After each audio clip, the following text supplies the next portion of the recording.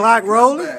All right, we're here live with the New England Patriots coach, legendary coach, one of the founding fathers of the league, Chuck Pitchford. Coach, first off, we want to thank you for taking some time out the schedule, giving us a couple minutes, and welcome you back to the league. Glad to be back. Now, when you walked away from the league several years ago, now you come back, the league has changed. How is it that your game, you're going to adjust and adapt here to the league now? Well, one thing I know, I got to adjust to the time, how quick the game goes. It's a lot quicker than what it was when I played. You know, it was a more relaxed type of atmosphere. Now it's a more of a, more intense type of atmosphere, so I just got to adjust to the time. I think once I adjust to that, I'll be all right. Is there any guy or any set of teams that you would like to play coming into the season just to really get your wheels back on? Yeah, I like to play teams like Marty and Phil. No, I'm just playing. It don't matter. You know, I like playing anybody, man. It's just, it's two coaches that I haven't been able to beat since they came into the league, so I would like to play them. Jamel and Ali. I haven't beat neither one of them. It's been close. I think Jamel be cheating me or whatever, but I ain't gonna say all of that. But it's good. They good coaches. They good coaches, man. They good coaches. They both done been to the Super Bowl. So what can I say? It's somewhere I have never been able to touch. I've been in a couple of AFC Championship games, but I've never been able to get over the hump. So, fan question. We understand that you do a lot with automobiles, and that has really distracted you, and that's where your heart is at, that racing team, the Chuck Pitchford racing team. Are you coming back to play, or are you coming back just because you miss your friends? I'm coming back because I miss playing electric football. I love playing electric football.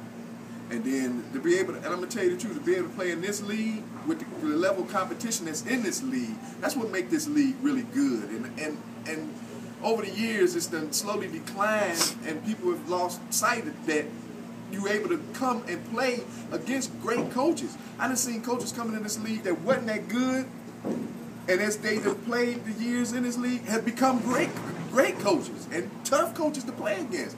And that's what I like. I like that once you do that, you kind of get that in your car. It's just like racing. You build that car and you get it out there and you race against somebody that's building the car. It's the competitive drive. You get to playing against these good coaches. That competitive drive. You like, I got to build this team. I got to do this. I got to build these guys. I got to build these guys to compete against them guys that they got. And that's what it is. You get that inside of you, man. It's that competitive nature in a person that makes you really want to just play. And I love the league, man. But it's just, I think it's done lost a little sight of what really, the real deal is. Okay, well, looking forward into the league and the league going back in a positive direction. What would you say to newcoming coaches that's coming into the league about the learning curve from veteran coaches like yourself to new coaches coming in? They're going to take a lot of lumps. Yeah, they will. They have to learn. So what would what would be your piece of advice for them coming into the league? Practice.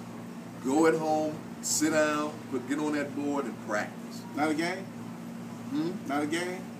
You talking about practice? Practice. You got to be able to practice. You got to be able to come into a game and be able to put together a whole game against another good coach before you can come in the league and just be able to think you're going to be able to compete against some of these great coaches. So you got to practice. For any new coach that come in, I say, sit down and practice. That's how I got good. I practice. I practice passing. I practice kicking. I practice learning how to make kickers, and learning how to make quarterbacks, learning how to make bases, learning how to make figures. What figures provides what you need on the field, and what figures don't provide nothing on the field for you. They just look good. They don't do nothing. You got to learn all of that. I mean, if you don't learn that, if you just come in and say, I got a pretty team, look at them. They ain't doing nothing, though. They ain't providing you nothing, So now, we're going to address the other side of the coin. We're going to address great coaches that over the last few years people like to say, has fell off, has not lived up to expectations. What do you say to them? Because you're trying to get the league to be the most competitive league possible. So what do you say to light a fire in them or for them to get their eye to the tiger? Well, I mean, they just have to I don't know. That's a tough question because, you know, I know maybe one or two that maybe lost their desire to really be competitive, and it was really competitive, and they just not there no more. And they maybe because they done won so much, and now they feel like that they done achieved everything that they had to achieve. And the league has nothing else to offer them, they feel like. So, I mean, it's hard to tell them, you know, what to tell them. I mean, that's hard. That's a tough question.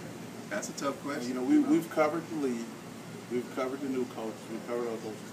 Let's talk about the Patriots now. What is going to be the vocal point of the Patriots? What is going to be their stamp on the league this year?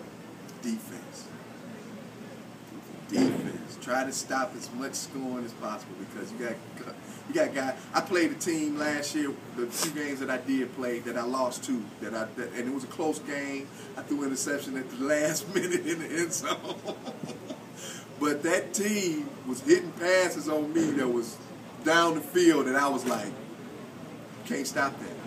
You can't stop it. There ain't nothing you can do about that. If you didn't cover it at the line and allow it to get down the field, only thing you can sit back and say is, that's a tough pass. And right then, you feeling like my chances of that is like 30-70 that he gonna hit it.